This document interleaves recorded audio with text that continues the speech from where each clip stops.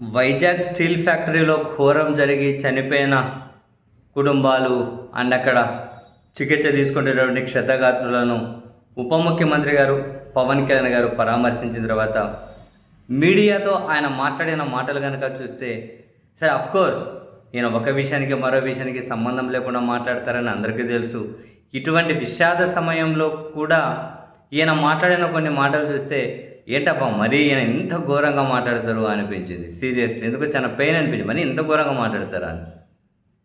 ఇంతకుముందేమో Vizag స్టీల్ని privatisation చేయాలని కేంద్రం నిర్ణయం తీసుకుంటే దాన్ని స్వాగతించుకుంటే ఒక వీడియో రిలీజ్ చేసి ఒక వైజాగ్ స్టీల్ కోసమే తీసుకోవాలి, దేశవ్యాప్తంగా ఒక నిర్ణయం తీసుకుంది, వైజాగ్ స్టీల్ కింద వర్తిస్తుంది, మంచిదే కదా అని చెప్పి స్వాగతించారు. ఈరోజేమో వైజాగ్ స్టీల్ ప్రైవేటైజేషన్ కాకుండా ఆపింది మేమే కదా అంటారు.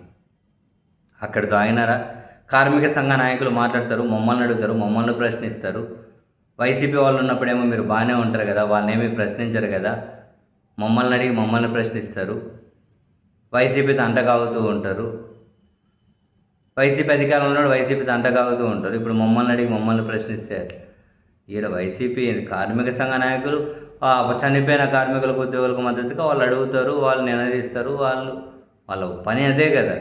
ఏదైనా బాధ్యతాయుతంగా సమాధానం చెప్పాల్సిన చోటు ఇక్కడ వైసీపీ ఎందుకు వచ్చింది?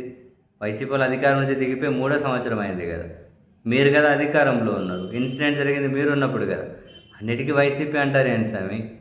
ఎంత ఎంత కన్వీనియంట్గా మాట్లాడుతున్నారంటే గత 5 ఏళ్ళు వైసీపీ ప్రభుత్వం ఉంది, అప్పుడు ఏం చేశారు ఏందని ప్రశ్నించలేదు.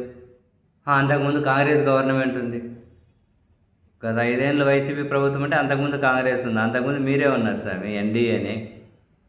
14-19 మర్చిపోయాడు, 14 ముందు వెళ్ళిపోయింది ఆయన, మళ్ళీ 24 నుంచి వీళ్ళు ఉన్నారన్న సంగతి మర్చిపోయాడు. కేవలం వైసీపీని అంతకుముందు కాంగ్రెస్ అంటే మధ్యలో ఉన్న వాళ్ళను ఎలా స్వామి ఇలా మాట్లాడగలుగుతారు వీళ్ళు? అసలు బేసిక్గా ఏం మాట్లాడుతున్నారో పాపం తనకు అర్థం కావట్లేదు. ఆ మీడియా మిత్రులు అడిగే ప్రశ్నలు తనకు అర్థం కావట్లేదు. ఏమనంటే నేను అందులో ఎక్స్పర్ట్ని కాదు, నేను ఇందులో లేదు, నేను నిపుణుని కాదు, అది ఏదో చెబుతూ పోతే వెళ్ళిపోయినా వాడు 2 సినిమా డైలాగులు భావోద్వేగం యాడ్ చేసి చెప్పినా సరిపోయేది. వైసీపీ అంటారు, వైసీపీకి మద్దతు అంటాడు, గత 5 ఏళ్ళ వైసీపీ ప్రభుత్వం అంటారు, స్టీల్ ప్లాంట్ స్థలాన్ని వైసీపీ అమ్మేద్దాం అనుకుంది కదా, మీరు ఊకొట్టారు కదా అని ఏందేందో మాట్లాడుతూ పోతూ ఉన్నారు. ఎట్లా సార్ ఇలా మాట్లాడగలుగుతారు? ఏమో అబ్బా స్వామి, అర్థమే కాదు.